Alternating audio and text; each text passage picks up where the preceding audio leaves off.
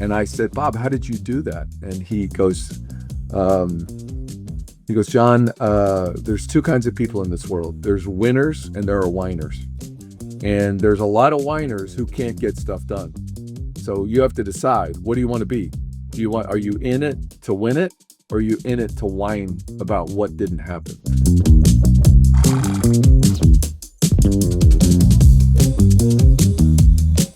Welcome to the first episode of the Bold Plate Podcast. I'm Ryan Prindiville, and I'm excited to launch this podcast series where we pull back the curtain on some of the biggest leaders in business and hear some stories from their boldest adventures.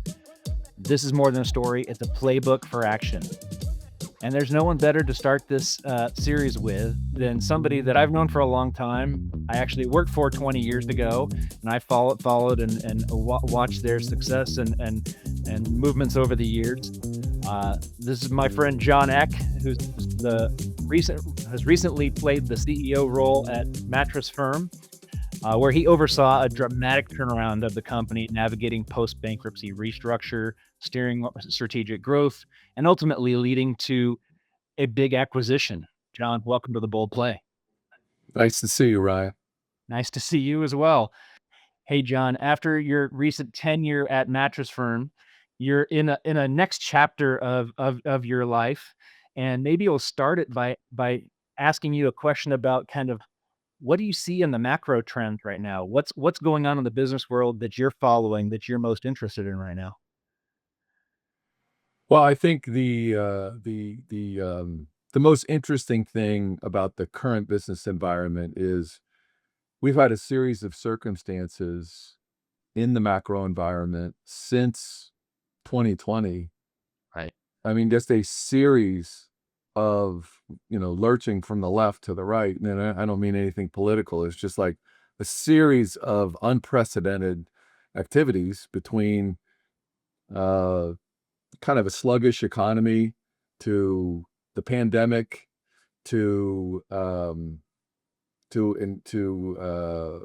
free money being given to consumers, discretionary spending going through the roof, which the mattress industry was a big beneficiary of, to massive supply chain issues, to global conflict coming up in multiple locations at once.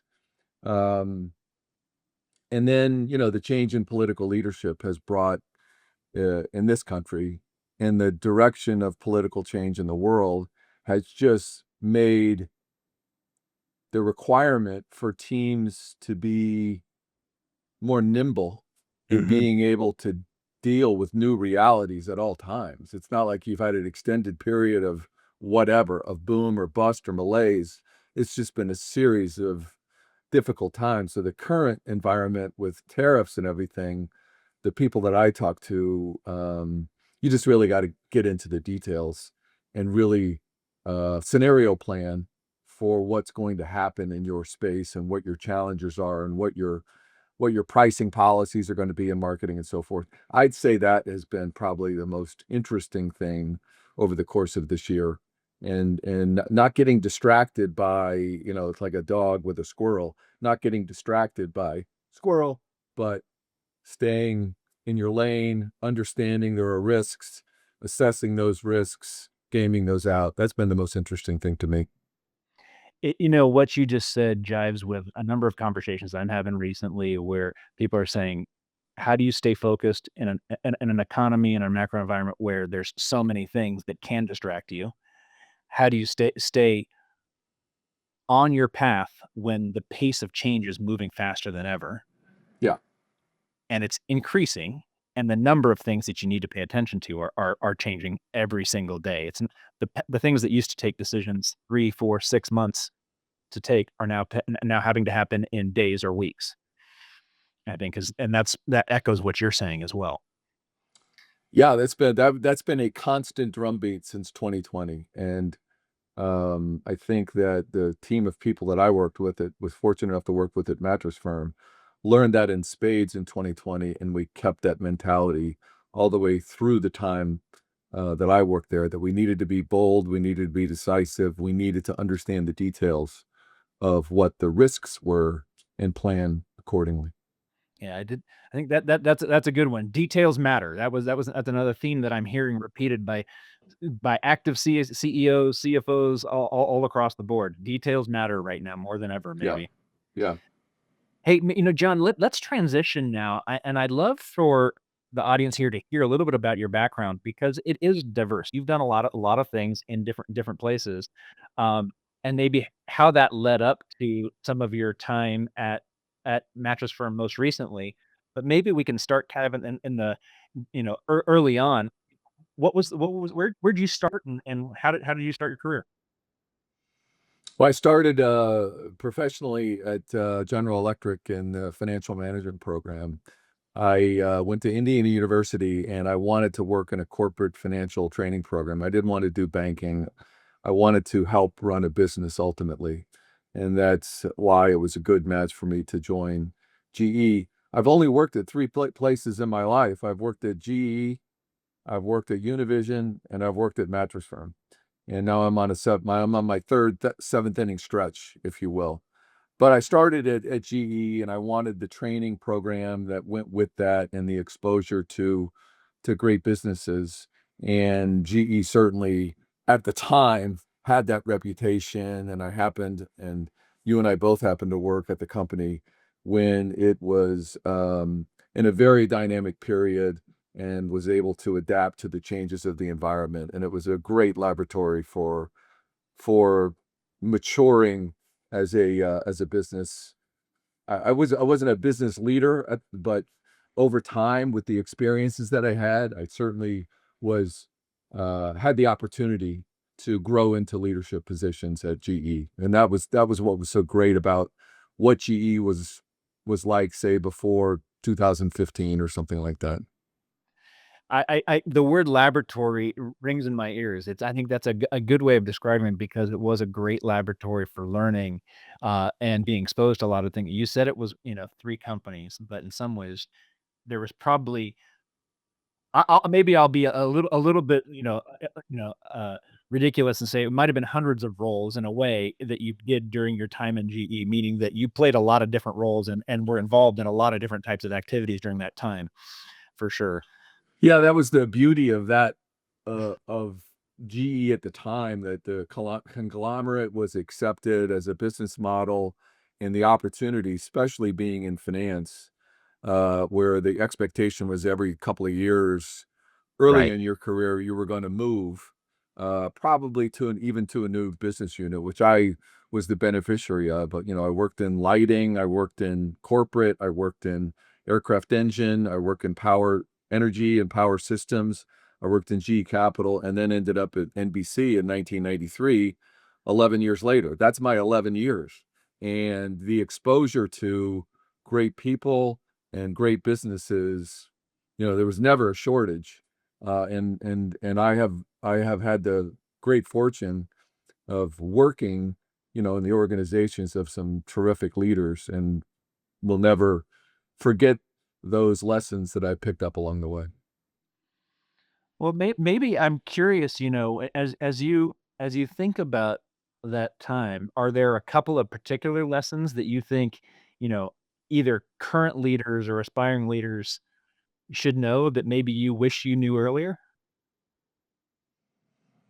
I think about that a lot. And again, I was very lucky to, I worked in the aircraft engine business, and my boss was Dave Cody, who went on to run Honeywell just did a terrific job transforming that company.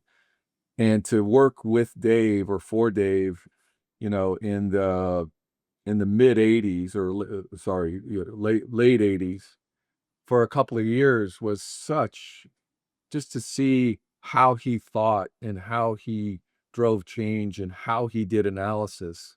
It was like being an apprentice to somebody that you knew was going somewhere.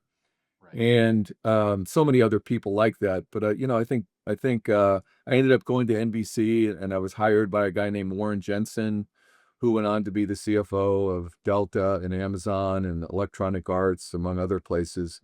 And working for Warren was I got my MBA from him because I learned everything about corporate finance, about analytics or analysis, about transactions, M&A, about strategizing around those. And then also in that initial role working for Warren, I was the head of financial planning and analysis. And I got to work very closely with Bob Wright, who was legendary in the media business. And he was a very heartfelt, thoughtful, engaging, incredible strategist. So I was very blessed to have. Those are just a couple of opportunities that I've had among many. I think there's a lot of people out there who would think, there's some amazing stories layered in and all those relationships built in there, and some great experience. Are there any experiences with maybe Bob particularly that you think it would be relevant for people to hear? Maybe you mentioned something when we talked a couple weeks ago about hey, there's a particular lesson that he might have shared with you. Oh, there were so many, because I was there, with him when the company was, going through some difficult times, the David Letterman transition to CBS. I was with him, during when NBC went long on the Olympics and started buying multiple Olympics at a given time. At the Seinfeld transition, leaving, um, and just the adaptability that he and the leadership team that he and Jack Welch cultivated, was really a remarkable experience. And the one thing that I remember most about Bob was after, I don't know, it was early 2000, and I'm sorry I don't remember the year, but his grandson was diagnosed at age 3 or 4 with autism. And Wow. so he and his wife Suzanne, who was a force in and of herself, so as a couple, they treated us all as family, but yet they were action oriented, and they got very involved in creating Autism Speaks, pulling together the autism community under one umbrella, and then going to the government trying to get funding for what they did. And they did something remarkable, uh, uh, using lobbying and getting funding for autism in this country and around the world. And I said, Bob, how did you do that? And um, he goes, John, there's two kinds of people in this world. There's winners and there are whiners. And there's a lot of whiners who can't get stuff done. So you have to decide, what do you want to be? Are you in it to win it, or are you in it to whine about what didn't happen? And my colleagues at Mattress Firm probably heard me tell that story, 400 times. But that was a very impactful moment in my life. It was like, whoa, that was strong. I love it. Winners and whiners, winners and whiners. I think that's a deep one, and it probably applies more than ever these days. Maybe it applies more than even it did at the time.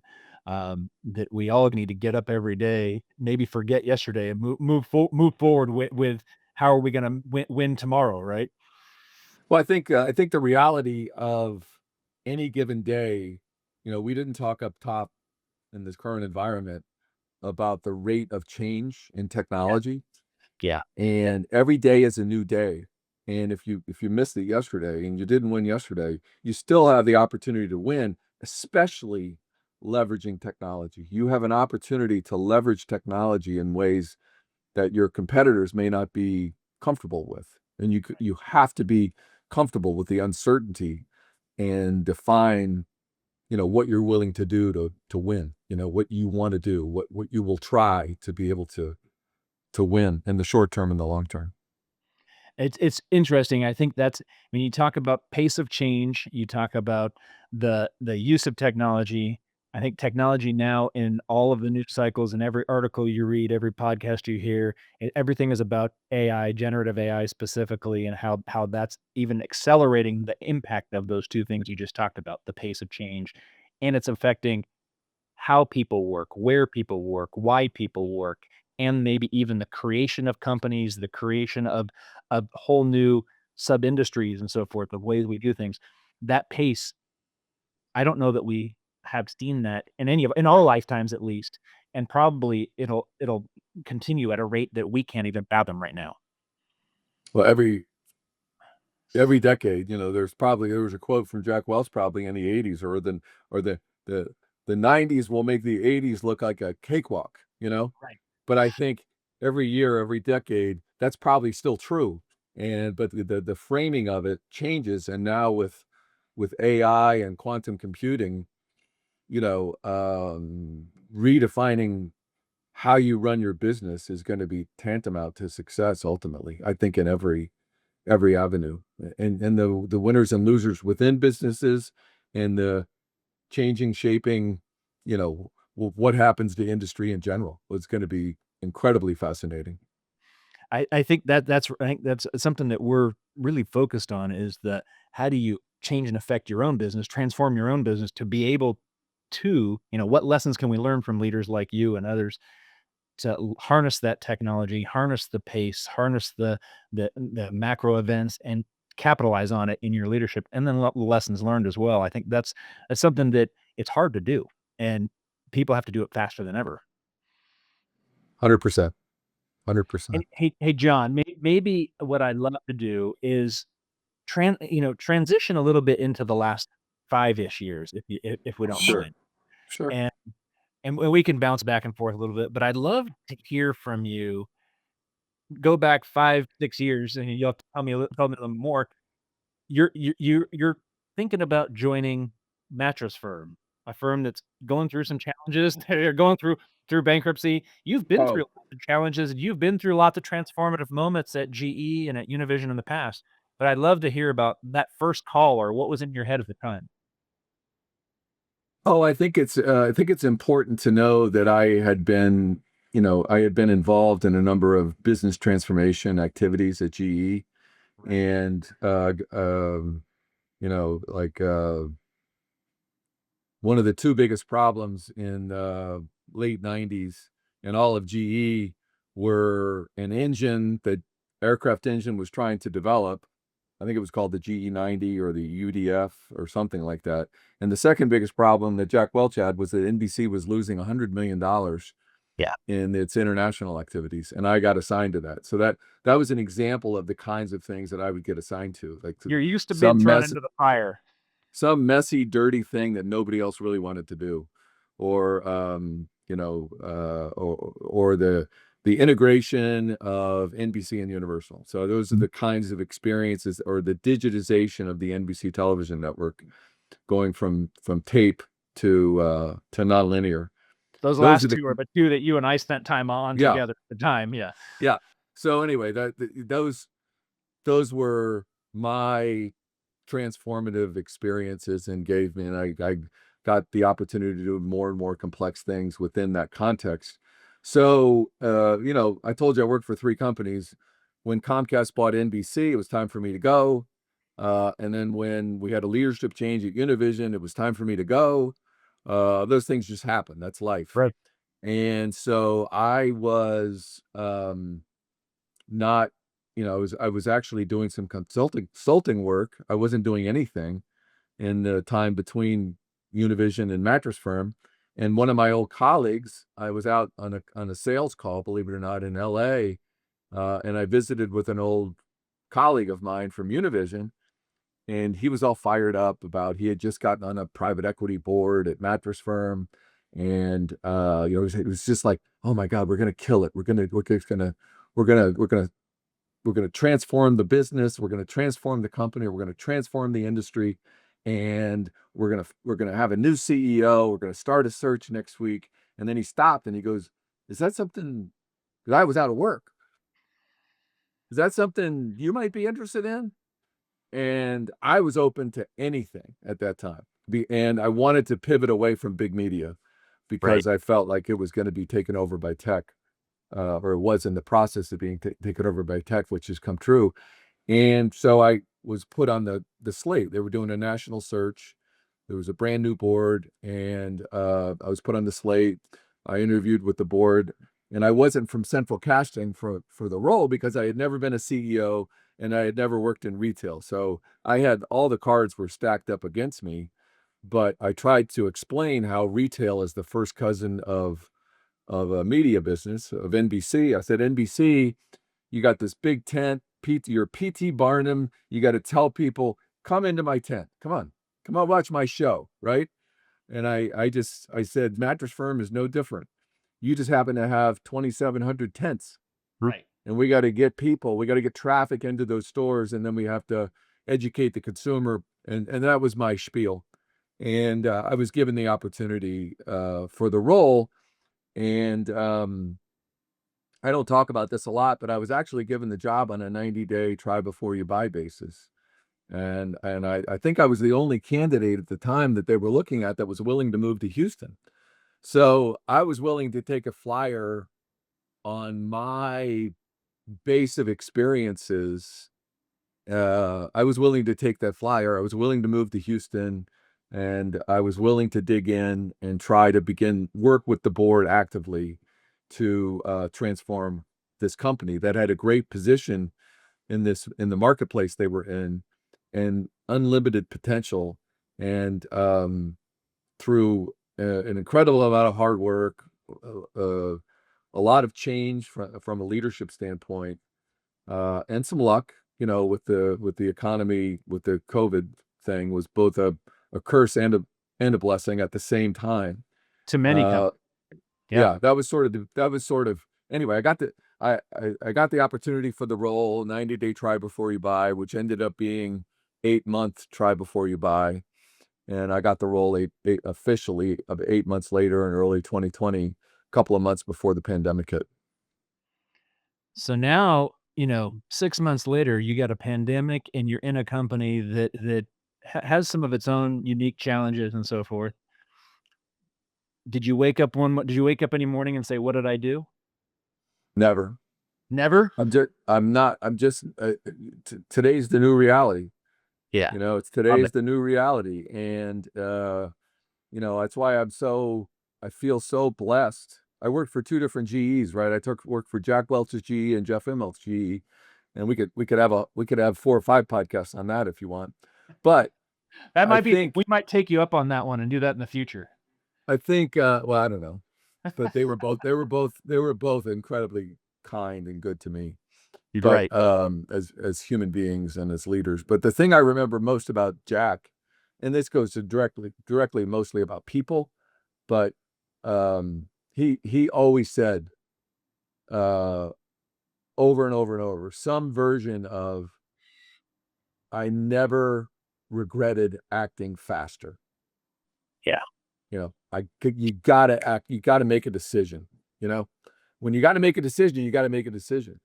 And especially when it comes to people. I mean, I always regretted when I gave somebody another chance, when I knew that it wasn't going to work, on people. But the bias for action, I saw multiple times, during the internet crash of 2001. NBC had this company that was public called NBCI, Right. and I think it was the third largest search engine, in the world, but it was a failing platform in GE terms, and we had to get out. So we got out fast.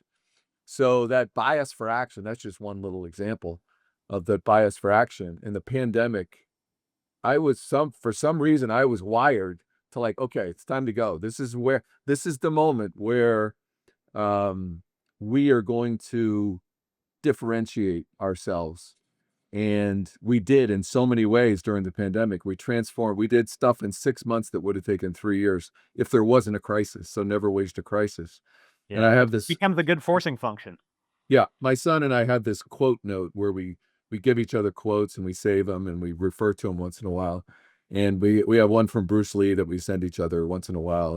And Bruce Lee said, "Let nature take its course, and your tools will strike at the right moment." I And like it. I believe in that. And this pandemic created an opportunity for us to transform how we structured retail, go long on inventory, go heavy on search, transform our marketing rapidly. So we didn't waste the crisis. And uh, so while we had a period of time, about 6 weeks, where 2/3 of our stores were closed, we didn't know if we were going to go bankrupt again. Uh, um, but once the stores opened, we were off to the races, and we had 25-30% comps every day for a sustained period of time. So it was a combination of the the macro environment circumstances gave us some tailwind, but also the actions we took Right. started our foundation for being able to take market share for, multiple years in a row on a quarter by quarter basis. I said it in another interview with somebody else, but the concept of luck is being prepared to take advantage of an opportunity, and it sounds like you had a little bit of all those things lined up in the right way along Absolutely. here. Absolutely. Uh, so maybe fast forward a little bit. So here we are, 2025. You've done uh, a large transaction. You did it with a strategic buyer for the firm. Talk to us about the how the process evolved and the decision process. Maybe you had the board, the leadership team, and whether it was your decision and or was it kind of the right thing that just naturally happened? It was really fascinating. It was a great laboratory. I mean, we weren't, our, it was a bankruptcy. Right. And so the types of investors that are private equity, especially when you're in a bankruptcy, you have a time horizon for when the investor wants to, get their basically get their money back. Right. And so the investors were very vocal about what they would like to see happen. And they worked very closely with the board and I was on the board, but the board, was really dealing with the investors behind the scenes in terms of what our direction was. And we had within 2 years of the bankruptcy, we had paid back the restructuring debt, which had a 15% interest rate on it. So we Yep. had paid that back. We redeemed that. So we 417 million turned into 750 million for the original investors, and they still owned half of the company. And then we did a dividend recap 9 months later, $1.3 billion dividend back to the investors. So they were strong. They were 3-to-1 cash on cash return at that point, and they still owned half of the company. And we had our largest supplier, who we got back together with 2 weeks after I joined Mattress Firm, who was interested in buying the company, but wasn't going to pay, a ridiculous premium. And Right. so we had to evaluate, do we take, the sale and, the selling the company to a strategic, or do we go public? And the decision was made to go public. And so we did our S1 filing, all the work that goes with that. We did our road shows, not only for the dividend recap, but also for the IPO on a quiet basis. And then when we filed our S1 in January of 2022, the markets were closed, and Right. they never really reopened. Um, and so after probably um, a year and a half, almost a year and a half of being in the quiet period and grinding it out quarter by quarter, gaining market share, the market starting to to sort of tip. While we were still thriving on a relative basis, our absolute results were down quarter over quarter for a few quarters. But the investors and the board worked through the situation and then made the decision to sell the company to the strategic, Temper Sealy at the time, now Somni Group. And so just being a part of that was really fascinating, and it was a real challenge to keep everybody focused on the mission and the operations of running the company, Right. while we had this process of going public, not going public. Are we going to sell the company? Okay, we'll sell the company. We announced a merger agreement in May of 2023, and that gestation period of FTC review, the suing to block the transaction, the trial took 638 days. But Only. it was that was a real challenge of keeping everybody focused and not knowing what the outcome was going to be, because you're in a Democratic administration. Lena Khan was very anti transactions. This type of transaction, which is vertical integration, historically has not been challenged by the Right. FTC.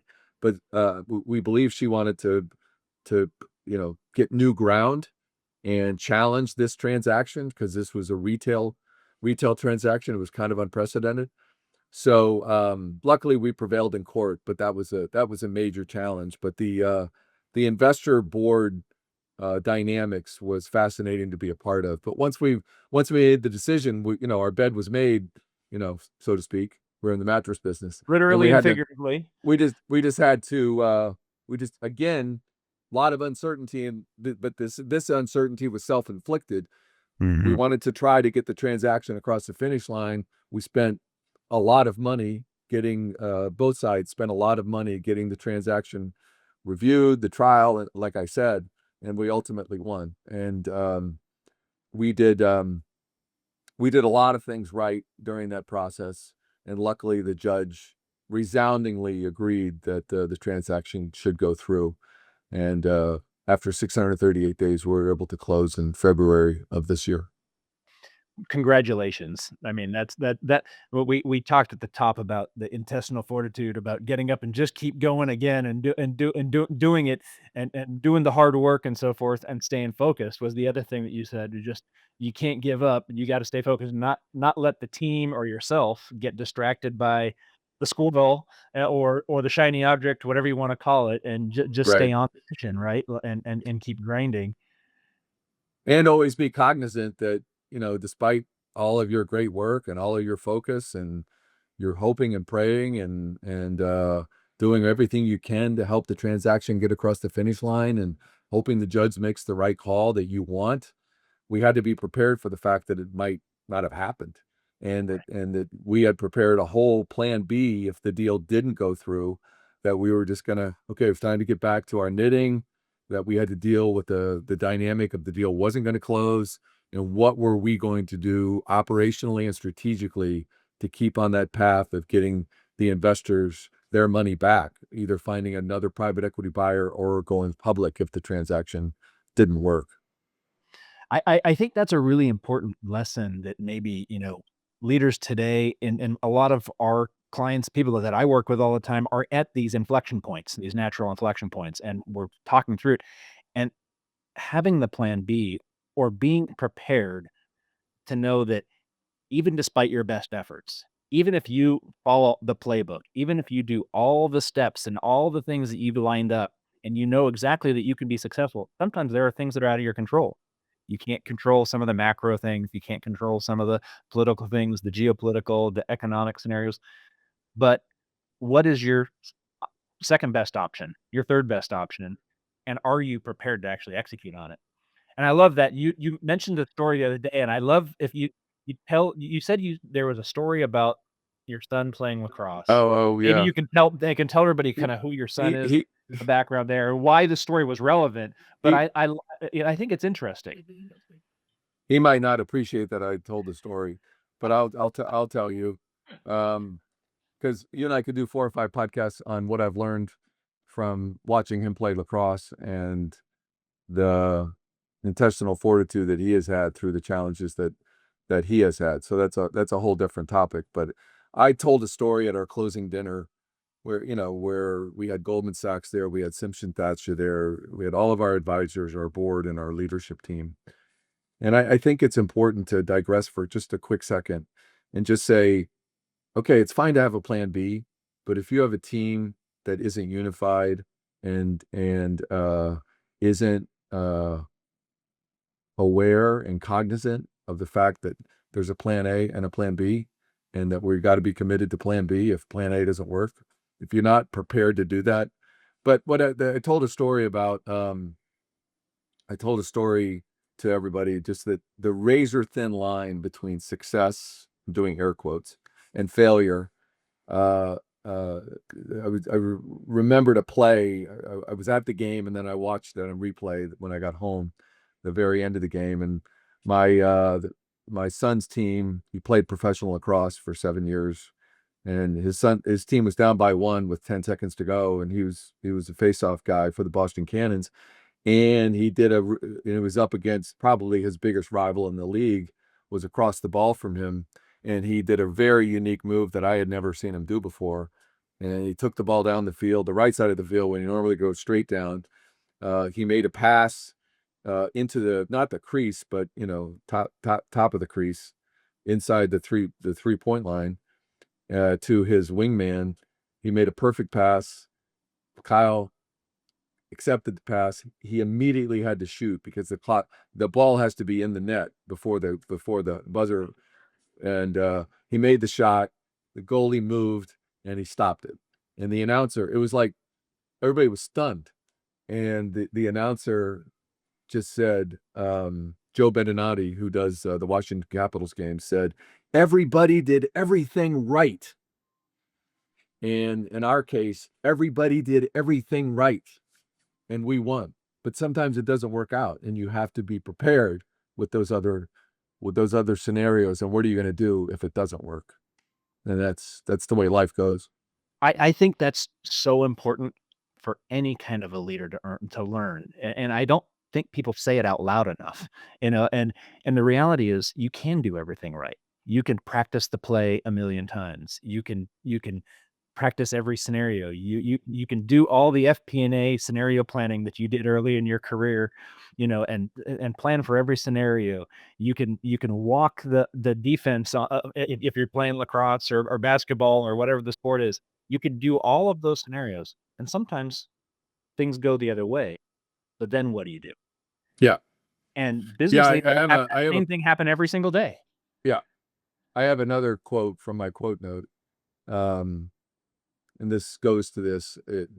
Back when Brad Stevens, who's with the Celtics, was at Butler, and they played Duke in the national final, and they missed the final shot. Right? I think it was actually the game that got them to the final game. And the interviewer asked, "How did you do that?" or something like that, or "How did you get your team to do that?" And he just said very calmly, because he was a young coach, right? And he said, "The pain of discipline is far less than the pain of regret." So you have to do the work. You have to do everything right so that you can win. Sometimes you don't win, but Right. that pain of discipline is so important, and why your team has to be unified and be able to deal with whatever the outcome is. And I just love that knowing one. that you left everything on the floor. I'm gonna put that in my new quote note that I'm starting with my kids now. So I thank you. I'm gonna take that as a personal lesson learned right now, like from this segment. I love it. I love it. I'm gonna put that one down too. And that's a really good one. One of the other things that you and I talked about a couple weeks ago was um, that the time at Mattress Firm wasn't just about it wasn't financial engineering. It wasn't, all dealing with your investors and legal situations and outside forces. But there was a lot of internal change going on during this transformation as well. And there was a lot there was a lot of people aspect involved that you had to work through and so forth. And you mentioned that you took a lot of inspiration from the book, The Heart of Business by Hubert Joly. You wanna talk a little bit about what was going on and what was happening at the time with your Sure. team? My first summer at Mattress Firm, in my trial period, we developed the strategy, the vision and strategy for the company, which never changed. Which is important in and of itself, and was a major contrast to the past of the company. And our vision was to be America's most trusted authority on sleep, and that never changed. We wanted to be, every word mattered, America's most trusted, trust, because you're buying a mattress, authority on sleep, Right. and not beds, but on sleep, because you can't sleep well unless you're in a great mattress. And so that vision never, we never wavered from that, and we communicated that over and over and over. And Mattress Firm at its peak had 8,000 people, but we'll just say they had 6,500 people. But the fact you have 6,500 people in 2,400 locations, and you're turning over people in stores every, 30 at a 35% per year rate, meant you had a major communications challenge. But anyway, we had this vision to be America's most trusted authority on sleep. I read Hubert's book. I've never met him, always wanted to. Um, Maybe we'll make because that happen. We'll try to maybe we'll try to tag team that and see if we can make that happen as a result of this. Well, he was working for a company at the time that nobody would have wanted anybody to do that job. It was like they were Amazon showroom, Best Buy. Right. And I think it was page 56 in the book.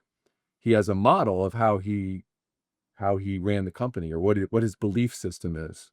And his belief system was that if you run a business by KPIs, then you may or may not improve the KPIs, but there's nothing about love or the consumer or people involved in that. And what he did, and he had done a lot of spiritual work and worked in a lot of different places to sort of perfect his approach. He decided that if people had a noble purpose as to why they came to work every day, that the KPIs would improve, and that all of the stakeholders would be enhanced by the fact you had a noble purpose. So in their case, they're I forget exactly what their noble purpose was, but it worked. And there's a story in there, about little kid comes in with his mom, and his dinosaur had broken, toy dinosaur had broken. And they went behind a curtain and they pretended to do surgery, and they just brought out a new dinosaur. It was a robotic dinosaur or something like that. But the fact that they took the time to fix that showed the love and compassion they had for that consumer. And that was an example of the transformation of Best Buy, and what they did with the Geek Squad was really incredible. But in our case, I shared the book with my leadership team. I didn't drive them to, okay, we got to have a noble purpose. But our head of retail, who's still there running the stores, said, he goes, I think there's something in here. He goes, we used to be about this. We used to be about having a noble purpose, but then in serving the customer. But then it became about the next 100 stores or the next $1 billion of sales. And once you lose that, you lose your focus. Once you start down that path.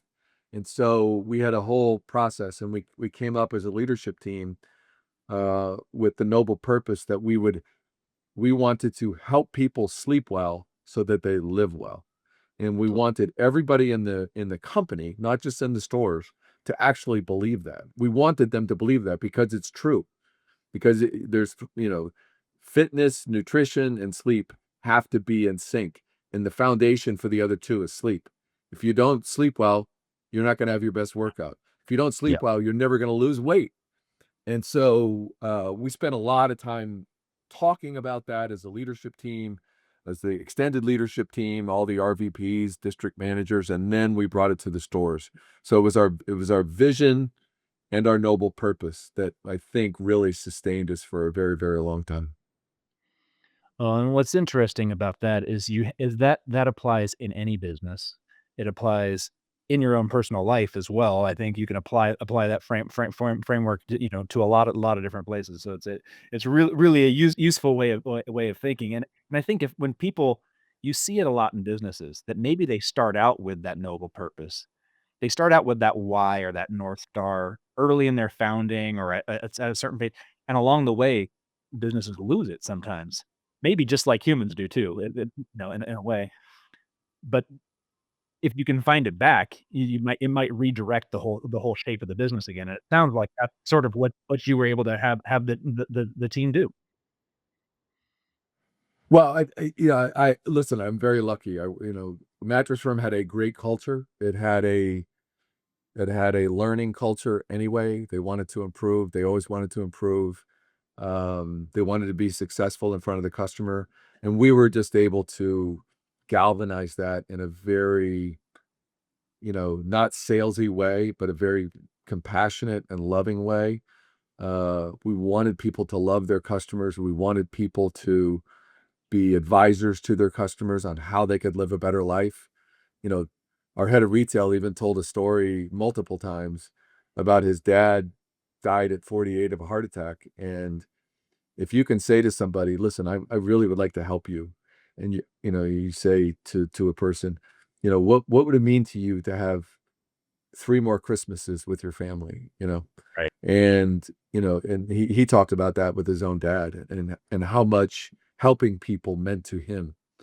And Jody's an incredible leader, an incredible storyteller. And when I even now I get emotional trying to pass that along to somebody, pass it along to you.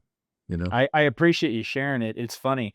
I hadn't thought about this before we started talking, but about maybe a year after I joined Armanino, here I had a CFO, client CFO call me and say, "Ryan, you just saved my marriage." And she said, prior to the things that we transformed their business, helped them rework, did all the process work, all the technology work, helped refix the organization. She goes, before we did this last year, I hadn't made it home for dinner in months. I hadn't been to any of my kids' soccer games or basketball games. She goes, all that has changed now because I'm able to do the things that I should be doing, both at work and in personal life. And she goes, my marriage is totally saved. And that was like, oh, that's a very real, like human result from what's otherwise just a normal business transaction. It's taking it from Yeah. transactional to actually impact. Yeah, that's All right, awesome. John, I'd love to kind of close here with kind of something we call leadership in 60 seconds. It's kind of a quick fire 5 questions um, that we have for you here.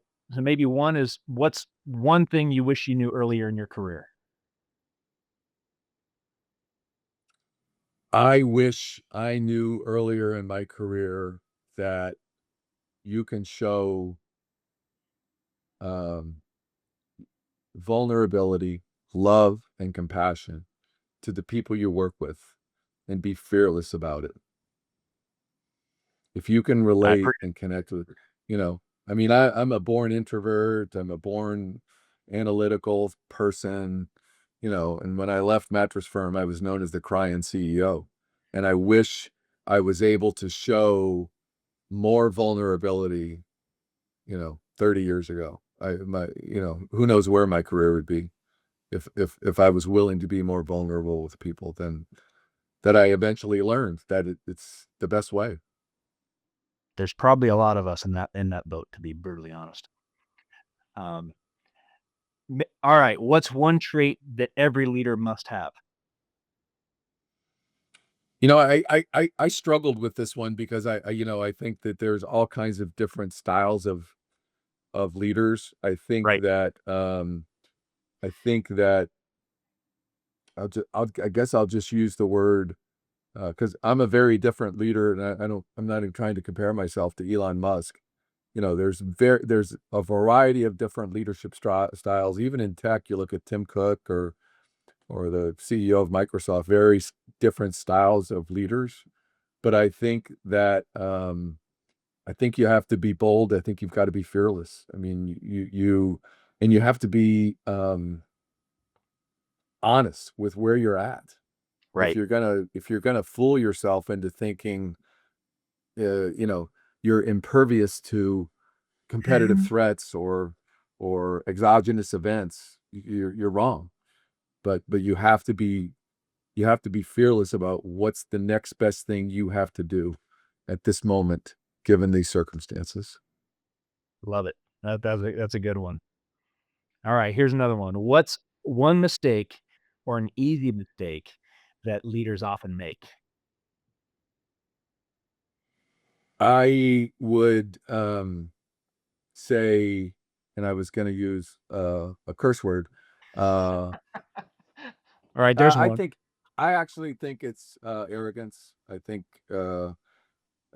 CEOs think CEOs can think they're so smart that they Mhm. don't, like, I always knew, luckily, I was mature enough and old enough to know that the person, if I just went into a Mattress Firm store and I asked our sleep expert, how's it going? What are we doing right? What are we doing wrong? I would get the right answer because they know what's wrong with the company. I don't. So eh, to be so arrogant as to not ask people on the front lines with your customers, Mhm. what can we do better? that you know better, uh, is, again, the vulnerability and the notion that if you talk to people about how we could get better as a company and be willing to listen, I think that's an essential piece of being dynamic and being able to. I don't mean personally dynamic. I mean your business circumstances and what you do on a day-to-day basis. You can dynamically change those things. I love it. I think that's 100% uh, correct. And you think about that and what it means to be aware of the situation and be right in front of the client at all times. Yeah. Who inspires you most today? Who inspires me? Um, I uh, I like to read. There's no one person that inspires me the most today. It's but I am a student of biographies, and Hmm. I love, like, I have a personal mission to read all of the biography about everybody that became president. Um, and I'm probably 2/3 of the way there because I find it fascinating. There's a lot of different people who have become president of the country, and what circumstances, what attributes. Again, the circumstances can dictate who wins. What perseverance did they have? What was their foundational elements? So, I find inspiration by listening to other people's personal stories, and that's just one example. I love it. We share that passion. I'll send you a list of a couple of biographies that I've read recently, and a couple of them are from people who didn't quite make the presidency, and they're good for a different reason. Yeah, I bet. All right, last one. Okay, well, we just talked about it, but any favorite leadership books or podcasts that you're listening to that we haven't talked about? No, I think that Jolie book I would recommend to anybody, and I think that books like Man's Search for Meaning Mhm. from Viktor Frankl about having a purpose, I think. And I personally, that's where I'm at now. I'm in this seventh inning stretch, and it might just become a rainout. I may end up, just on my permanent seventh inning stretch. I don't know. But I think that whatever I do next, uh, whatever it is, it has to have that noble purpose. And I think that book and that experience was transformative for me. And I know I just don't want to do a job. I just don't want to Right. work for somebody. I want to do something that's meaningful, in my life and in other people's lives. Well, John, you've done something meaningful today. I appreciate the conversation. This has been really, really rewarding for me personally, and I think our listeners will find it that way as well. Um, Appreciate the conversation and look forward Sure. to continuing the dialogue. Maybe we'll come back and see what happens next in future months or years as well. Sure. I'd love to. And it's great to see you. And I wish you all good things. Thank you, John. Appreciate you.